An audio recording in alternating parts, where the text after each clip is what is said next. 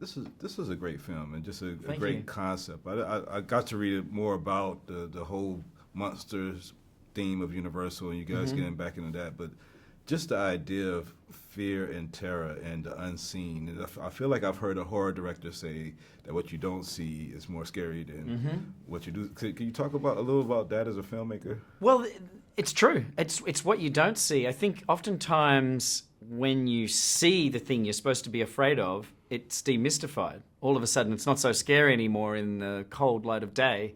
It's when you hold back from the audience. I mean, think about a film like Jaws, classic movie.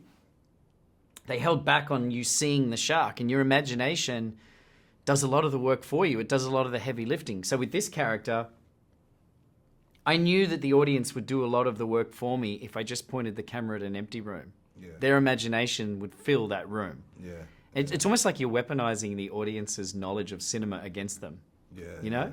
Yeah. And it seems like you make us suffer for a long time. I know Hitchcock said something about you're supposed to make people suffer for a while, like where you're expecting to see this guy. I mean, how fun was that for you as just a creative to be able to use that empty space and not have to be a special effect or something right there, but just have an empty space and be able to. It was amazing. I mean, on set, I was never sure, is this going to work? You know, it's gratifying to hear people like you say that it worked for you, because that means we've succeeded.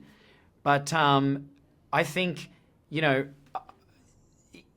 the whole idea for me was being able to point that camera at these spaces. I wanted to make empty spaces seem scary, and as you said, you kind of you tease the audience and you take them right up to the line of something bad happening and then walk them back. It's all about this little dance that you do, and it's like if you orchestrate that dance correctly, you can really have people like crawling out of their skin. Yeah. But it's tough. It's not easy to do. So I'm happy to hear people are responding.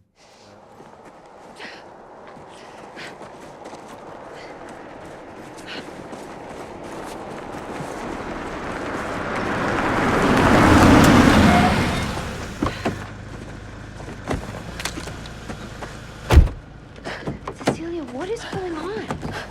Are you okay? I'll explain later. Just go, Emily. Go.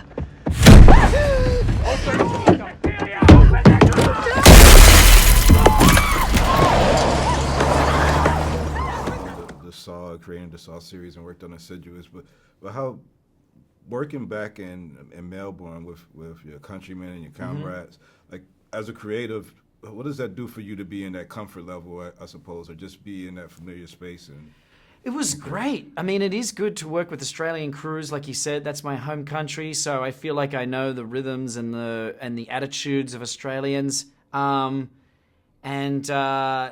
There's a certain shorthand that I can have, you know, with people. If you're shooting a film in Romania, part of you is making this movie, and then part of you is kind of going through that cultural adjustment of like, how do people like to receive information? Well, I've already done all that homework growing up in Australia, so it was great. It created a real shorthand with the crew. Yeah. Well, The Invisible Man was a scary movie like I've never seen before. Oh, thank you. That's a high compliment. Thank you. Thank you very much. Nice to meet you.